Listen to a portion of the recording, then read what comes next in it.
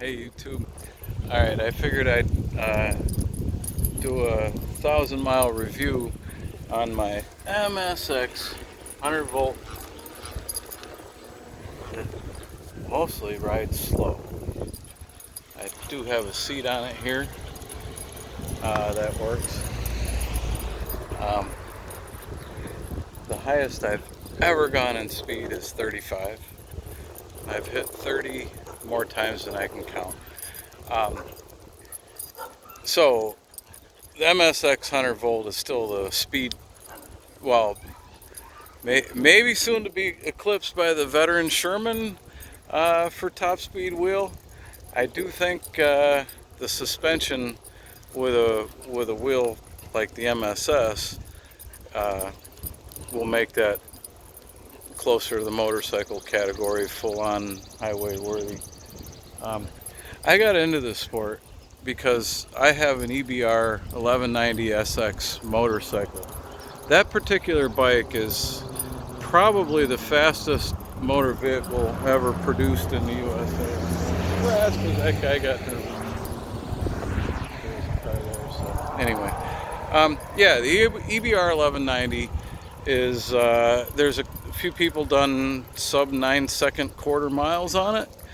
And I put a 49 tooth rear sprocket on mine, so I can ride it at this speed with a clutch out, and I could by the end of the street here, I could be on one wheel with just the throttle and give it enough throttle to ease it back onto the brake and set it down at the light, at the stop sign there.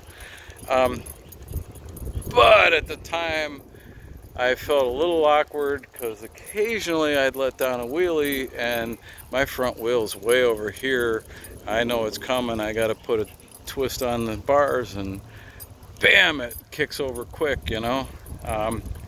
It's not as bad when that happens at, say, passing a car at 40 miles an hour and you hit the throttle and you're going 100 by the time you're halfway past them, and the front wheel just dances, you know, like dance, dance, dance. It just hops like this. Now the point of doing this is to show you that I got my tire about 35 pounds maybe when I filled it a month ago. It's probably about 30 now, and a little bit of bounce really helps, you know. Oh, hey, this little part's fun. There's like a series of covers, right? So this used to be hard even on the E+, but now it's like pretty simple, except he wants to stop and pee now. And we're just gonna keep going. Come on, Loki. We'll get you a chance in the park soon. Come on. I'll let you stop up ahead. All right. I negotiate with him. He works it. And if he stops on me, I can handle that too. I still ride my E Plus a lot. Hey neighbor, say hi to YouTube. So when I got into EUCs was midsummer 2018, late summer really, and I didn't really get on it much until about Christmas time, and did one of my first falls spinning out in the snow. Say hi to YouTube. We're doing a 1,000-mile review on the wheel. Okay. So the Plus, I put 780 miles on it. Gave it to son-in-law. Bought another one. Got a couple hundred miles on that. I just lent that one out to a friend that just learned how to ride, and I'll be getting one back from son-in-law this weekend.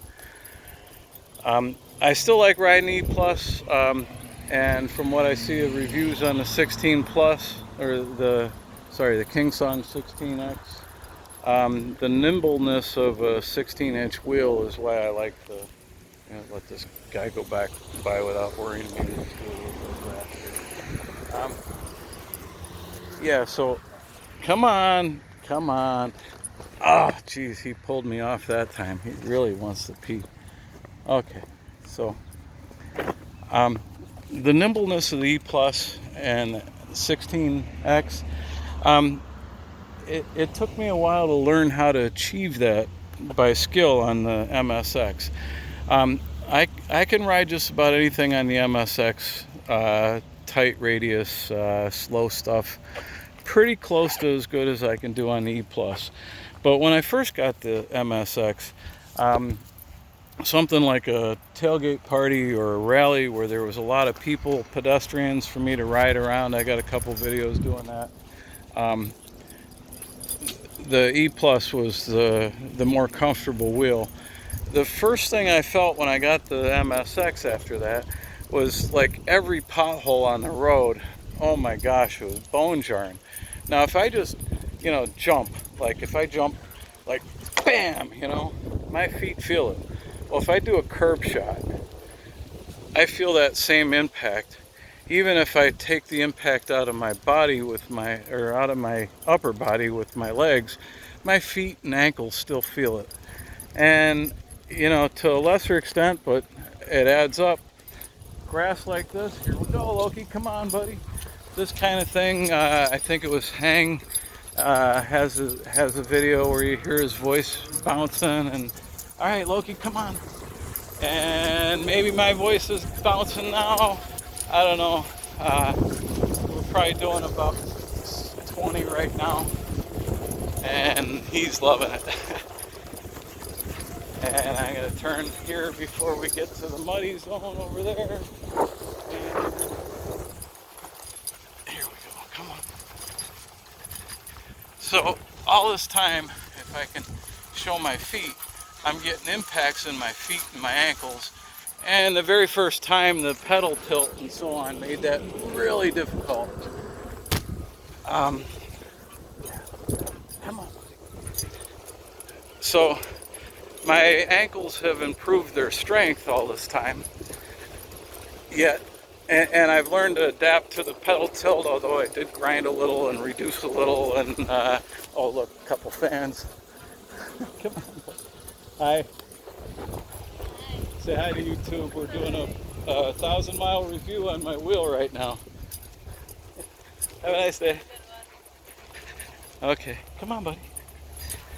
So, yeah, I got used to dealing with the impacts by fitness and a little more riding like this. It's fun. But guess what? I'll feel my ankles the rest of the evening from that little ride around this park. And yeah, my voice, I heard that a bunch of times. So I have an S18 on order from E-Wheels. I can't wait till it gets here. Although that wheel tops out at 31 miles an hour. And watching Mike and Monica, Mike is top-notch rider. He doesn't do much speed. And Monica seems to go a little faster on her MSX, and that's cool. But we're gonna do a little grass along the side here for the sake of the cars and the dog. Anyway, seems like a 30-mile top speed knocks you down for about 5 miles, maybe 10 miles of margin. And in fact, I've never hit a speed alarm on this wheel. My max speed ever was 35. That was when I first got the wheel and I still had a road tire on it. After that, I put a knobby on it through the winter of this past year, 2019-2020. And then I tried an SR244, which seemed to, I did feel a tilt back once with that tire on the wheel. So I think that tire created such a frictional drag that it affected the ride of the wheel. After that, I went to the knobby and enjoyed the knobby through winter. And this spring, I put on this, that's an SR241. I think it's similar to Kenda 262, or maybe it's 263. All right, Loki, come on, the lights are green. Come on, let's go. Let's go, let's do this. Yellow, come on, buddy, come on.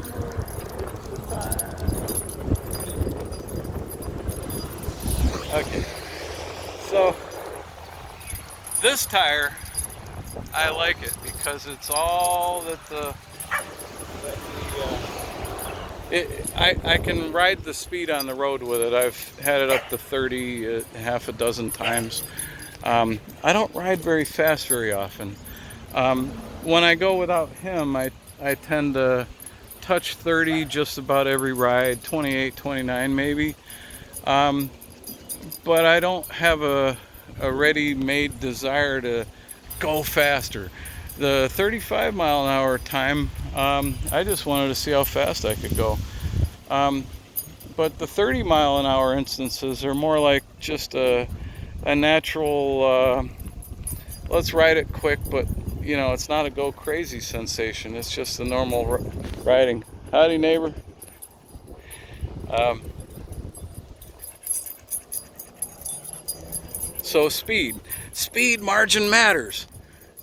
Mike and Monica top out around 25 for 30 mile an hour, maybe top speed on their MSX 84, MSP, and 16X wheels.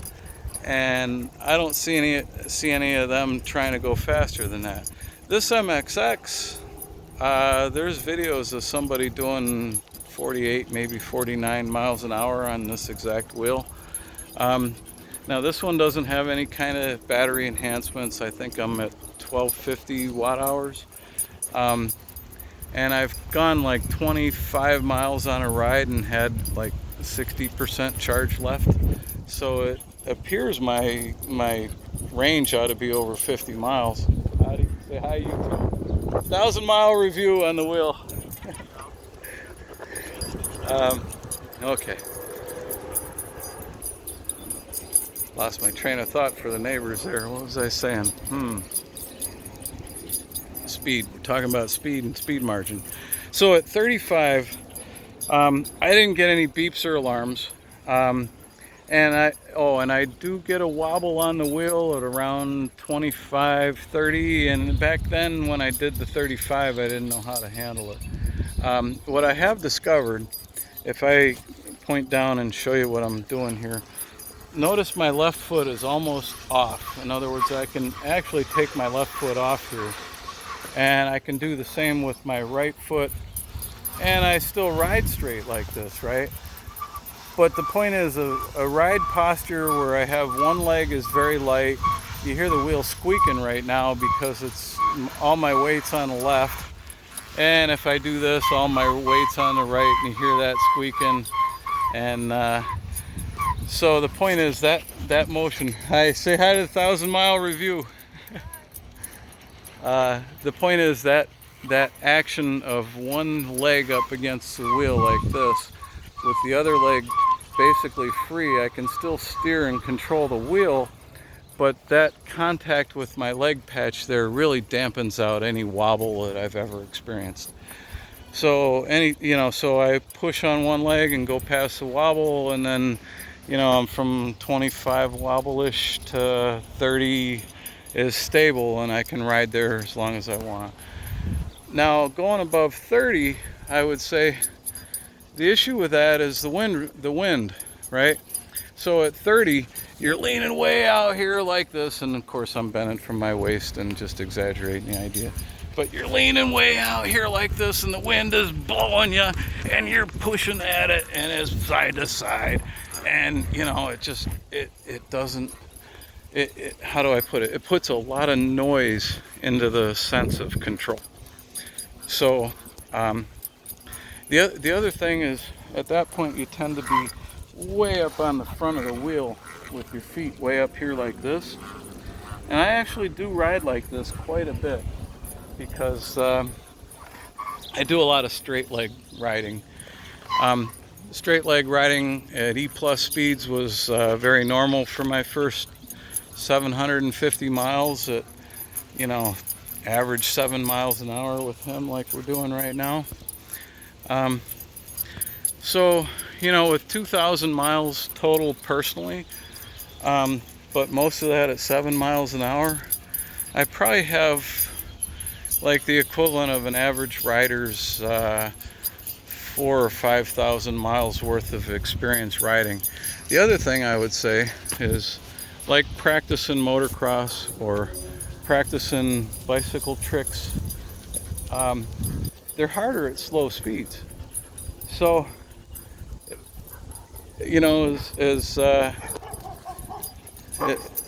as slow as all that is, it doesn't sound challenging on the speed level. It challenges more on the balance and the sense of comfort with the wheel, and stop and start and say hi to the dog and not really watch what I'm doing and just video. And oh, and I can dance. Now this is one of his favorite spots to stop and pee, and he's pulling me hard, and I just do a circle around him. All right, come on. And I gotta do a quick pause on the video. All right, come on.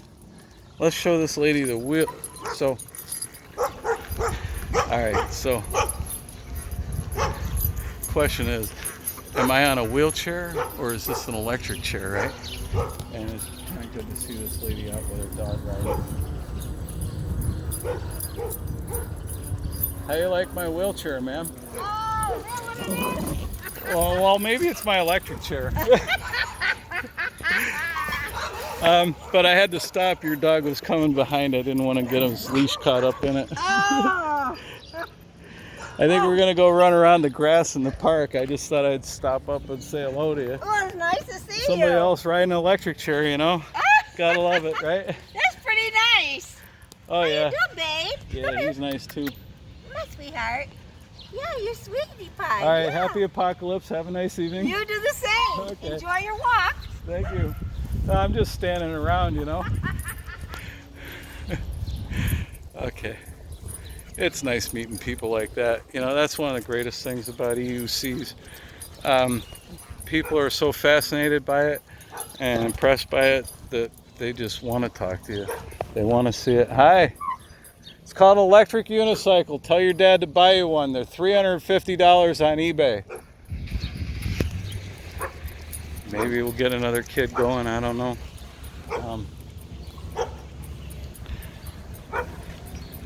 All right, so we'll do a little downhill here. For this, I tend to shift my feet back a little, but I've learned it doesn't really matter as much. And come on, Loki, come on. I just gave him a good yank there because I don't want to stop.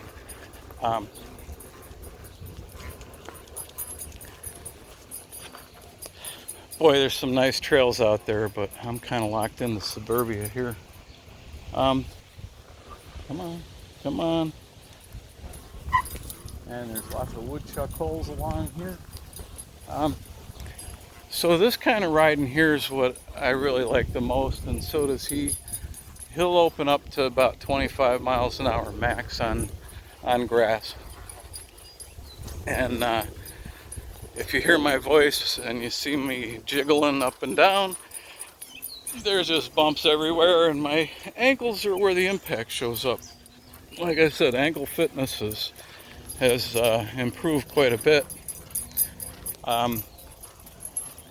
And then a couple of, I think Coogee Rolls pointed out safety factor of, you know, inevitably not paying attention and hit something, bam, you know. That was like one of my first crashes on E+, and it was like a 1 inch deep, 6 inch wide pothole that I just didn't see, and bam, I hit it. And I can drag him by his ass if I have to. All right, come on, buddy. A few other times I got pulled backwards by a dog, like he just pulled me back there, but I've learned how to handle that with the one hand. Oh, wow.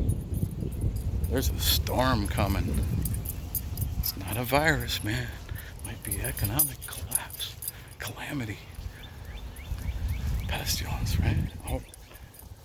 Come on, bud. All right, let's go. Oh, nice bike. All right, what else is there to talk about this wheel? So, I've had I know what, the lights. Come on. My lights quit working after I had a ride where I splashed the wheel in the water. And then I got home and I wanted to see if my new 5 amp charger charged it any faster than a 3 amp charger. And there is no spin disable on this wheel. So I discovered I could, lift spin the wheel to cut out, and then the wheel would sit there on the stand and not re-engage but stay on, so I could look at the the current. And it said 3 amps max, regardless of the actual charger that I ever put on it. So I don't think the 1250 watt hour MSX, per the BMS of the 1250 watt hour, I kind of doubt that this particular battery in this particular wheel benefits from the 5 amp charger. But you know what? I've never had a ride where I made the battery dead. I do want to mention there's a lot of bullshit out there about battery management and charging and what you should do. And I electrified my first bicycle in 2009, and I and I've never lost a battery, including on a car, until it got like fully discharged and, you know, like left off the charger in the garage through the winter, and, you know, maybe average 10-20 degrees Fahrenheit out there in the winter time, and discover in the spring that the battery on the bicycle wasn't on the charger, and oops, that battery's gone. Or, you know, I have 2 vehicles and don't drive one very often, and discover the plug got pulled on the truck that I don't drive every day, and, you know, it's January, below zero, and down goes that battery and dead, you know. I did electrify bicycles with SLAs, then at NIMH, and finally last year I bought a lithium battery for the bicycle, and again with you know, at that point it was $400 for that battery, and previously the SLAs that gave me, like, you know, 7 amp hours, which was only good for about 10 miles on the bike. Now I got like a 40 amp hour for $450 or so back in 2018. So the technology of the batteries has just really improved to the extent where it's not the cost factor it was. You know, basically pick what amount of battery you want and just buy it, and you know, it's not too hard to carry it anymore. My first electric bike in 2009, I had 4 SLAs of 20 amp hours each, and that bicycle weighed 150 pounds. Most of that weight was in those batteries. So, suspension. When I got the MSX, first time I hit a pothole at 20 miles an hour, oh man, that freaking hurt. It took me so long to learn my legs like a real downhill skier, that I hardly, well, it scared me every time, you know. But eventually I did get used to it, and, you know, I've ridden around the lake a few times and done a couple rides downtown and back, and yeah, most of the time I just do this, you know. And, you know, I can dance, dance, dance, da da da, dance. Oh, look, bed frames. Uh, dance, dance. I collect old metal and stuff like that. I have a welder. I've been tempted to weld my own suspension after all the potholes. So, going back to the EBR 1190 SX, 140 miles an hour, you hit a pothole on that, you fly right over it. But you hit that same pothole at 30 miles an hour, it's bone jarring. If you ever ridden a hardtail Harley, you see the potholes and you actually stand up on your feet because you know pain is coming.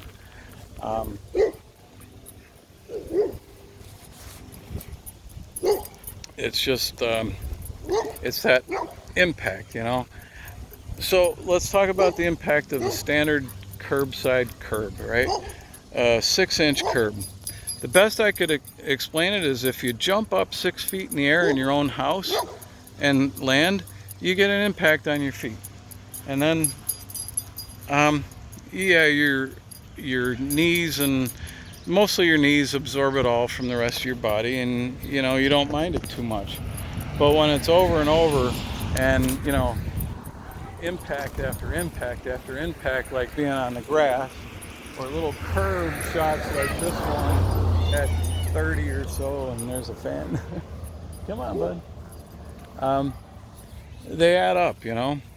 And so at first it's a fitness thing, but it's also a safety confidence thing, and it did cut my total mileage, I'd say, over time, because after, like tonight, I took him around the park. Well, you know, I'm just now 2 years later getting comfortable with my feet being strong enough to manage that. It's like I've been an ankle bodybuilder for the last 2 years, right? So now I can handle that kind of ride around the park and go around the rest of this ride and enjoy it. But back then I would miss a day after riding the park like that. Um,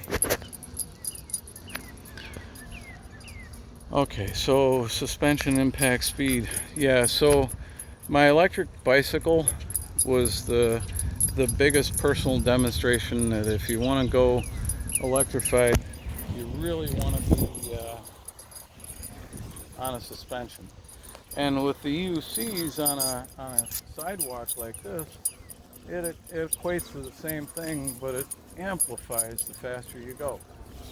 So the faster you go and hit the littlest of bumps like those, they don't they don't really hurt if you're braced for them right, but they do add up as the best analogy is just like downhill skiing. You know, if you're in that crouch position, you can swing your butt just like you do downhill skiing to carve, right? Or you could just lean steer. But there was one right there. I was standing up talking to camera, and I rolled off a 2-inch little lip in the sidewalk, and it went bam up my spine. So I guess my spine's had a lot of exercise too, right? Um, I should say I'm 57 years old, and I've been doing motocross since I was a teenager. I even bent the pedals on my first bicycle doing a 15-foot jump on my 20-inch bicycle, and came down on the pedals hard enough to bend them out this way, you know, both sides. All right, let's go back on the road. Howdy. Say hi to the 1,000-mile review for the MSX. Oh, hello. He gets about 30 miles a week with it.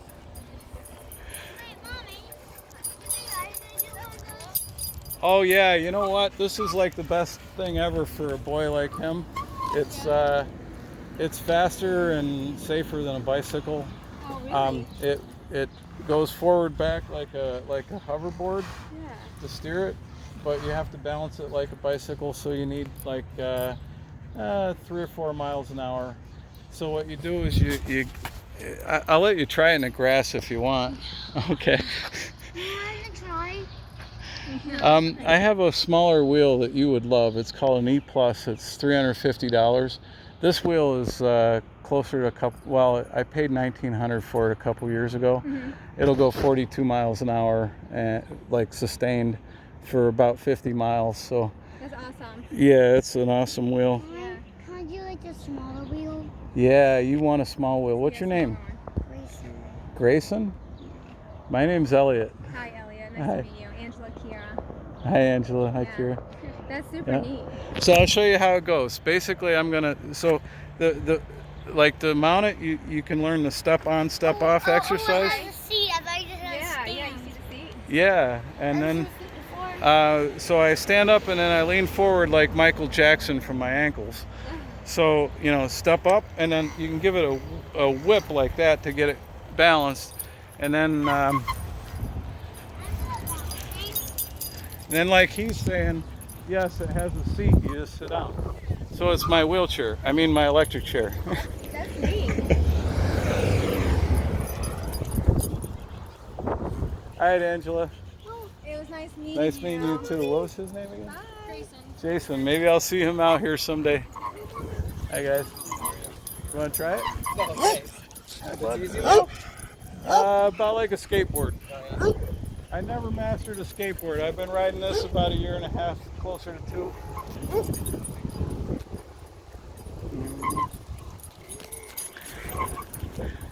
So when I get the chance in nice neighborhoods like this, I tend to stop and make friends, and sometimes more friendly than others, but you know, usually fans and give them a little introduction.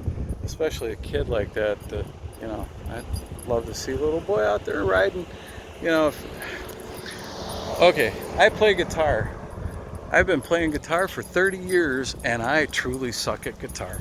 I go out to see a guitar, you know, I go out to see a band play, and those guitarists, they blow me away. They know every hit song from my generation cover to cover with all the leads and everything perfect. Well, I never started playing guitar to perform like that. I started in college because I was a, you know, left-brain nerd. I needed to basically do something so that I could animate my speech and be like, have feeling in life and enjoy it rather than be like an Asperger's. I had a mild retardation when I was young from a vax. So anyway, where was I going with that? Oh, kids and music and kids and bicycles and kids and sports. You know, if you see like an awesome snowboarder or an awesome skateboarder or an awesome musician, awesome guitarist, you know, especially like a specific instrument, they, you know, you find out that these experts, the top of their class in those fields, tend to be people that learned when they were, you know, preteen, early teen, like I did riding bicycles, you know. Bicycles apply to unicycles, so a good biker can tend to get it like a good skateboarder. But I hope to see some of these 10-year-olds riding EUCs out there someday.